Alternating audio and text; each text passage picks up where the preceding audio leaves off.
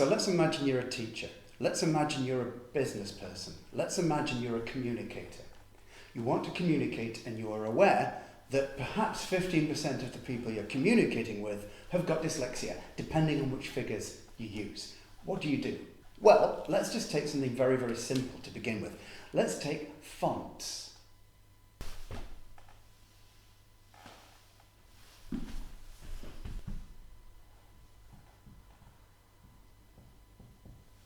Okay. In fonts, the thing to remember about fonts is, first of all, don't believe everything you read. So there's an industry, if I can call it an industry, of special dyslexia-friendly fonts. There's no real evidence to show that they help people with dyslexia. One of the problems with them is you download them, and then what do you do with them when you downloaded them? Because they don't appear to come up on Word, or it's not obvious how to then download them and use them on PowerPoint. So it's complicated to begin with. I don't know whether it's possible to write using these fonts and then email this document to somebody else, and whether those fonts appear as they should appear on the email document. But what I do know is that the research suggests that these special dyslexia fonts don't actually help. What you do need to do, however, is think about this. First of all, for most fonts, at least 12 point. That is, don't make them too small. Now, all fonts are a different size. So Helvetica and Verdana are a different size from Courier, for instance. So make sure that when you're looking at your fonts, keep them to a reasonable size. Don't make them too big. Don't go above 14 point, really. If you go above 14 point, it can just look a little bit silly. The other thing to remember with fonts is keep them clean.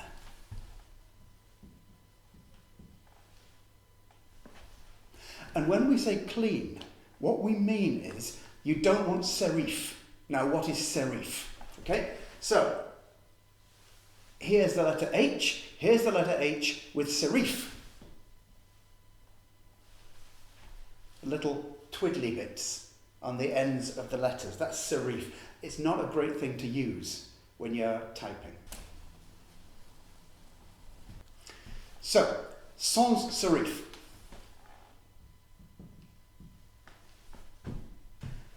Make sure that the fonts you use, okay, don't have different thicknesses. Now, what I mean by that is, have a look at this. Stick with the letter H. Here we have the letter H. The thickness of all the strokes is the same. But sometimes you'll get fonts which look a little bit more like this, where the thickness of this stroke is thicker than the thickness of that stroke. That can be very distracting for the eye. So keep the thicknesses of the strokes consistent. If you find fonts whose strokes are not consistent in their thickness, try to avoid them.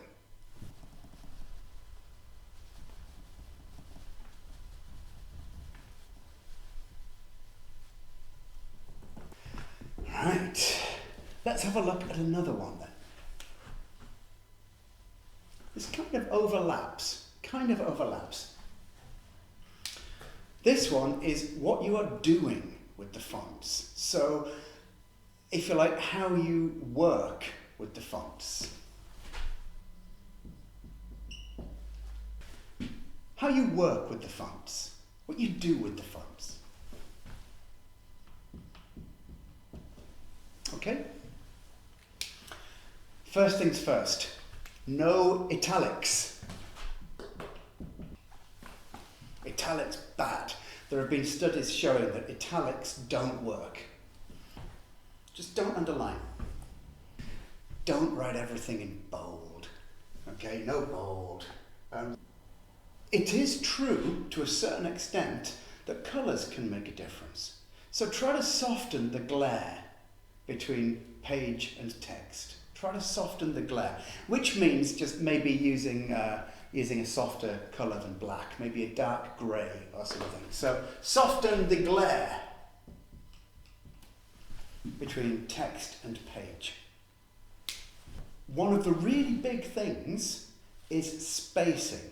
Okay. Now, I don't know how this works with IBM. IBM, what am I talking about? IBM? What century am I living in? I don't know how this works with Apple. But with Microsoft, if you use PowerPoint or if you use Word, when you're writing, go to the toolbar, look at the section for font, go to Advanced, and in Advanced it gives you character spacing options. Space the characters out a little bit. I like spacing them out by about 0.5. But you can go anywhere between 0.3 and 1 is reasonable to space out your characters. So do space your characters out. And finally, oh God, how am I going to do this? Let's just imagine that I'm better at doing this. This one is, if you like, general ideas for text. So in general, reduce the amount of text you use. You don't need a lot of text. Perhaps use text boxes.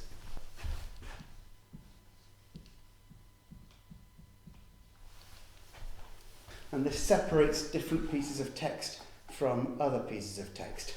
Separate text using graphs, using images, using infographics. Keep text horizontal. I know this sounds stupid, but some people try to make their work look really interesting by having text going in all sorts of different directions. Try to keep it horizontal. Do not close type. Try to reduce the crowded nature of the text to the page. Studies have shown that when people with dyslexia read, there are convergence issues, which means that they're not necessarily reading from left to right in the way that many people read from left to right. So their eyes are sort of jumping backwards and forwards, or at least the focus of what they're focusing on is not consistent. It's not a simple left-right focus. Most people's eyes stop for a fraction of a second, 3 or 4 times per second. Dyslexic people then stop a little bit longer and focus a bit more, and it's not in such a linear way. So what you need to do is make sure that the spacing between different pieces of text allows them to do this without jumping around the wrong paragraphs all the time. Something else you might want to do is block paragraphs. So a lot of people have paragraph indents. Well, actually don't do that, because that is just this long stream of text from the top to the bottom of the page.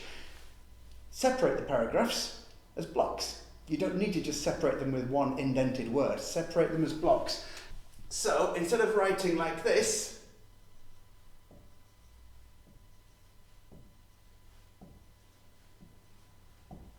with one paragraph here and one paragraph here, do it like this.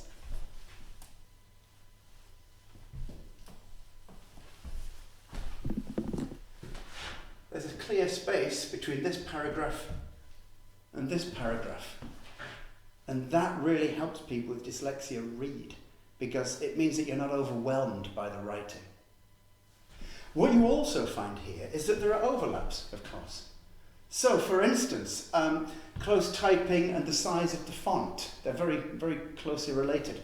For instance, the types of fonts and whether the fonts are italicized or something, or whether the fonts have got serif on them.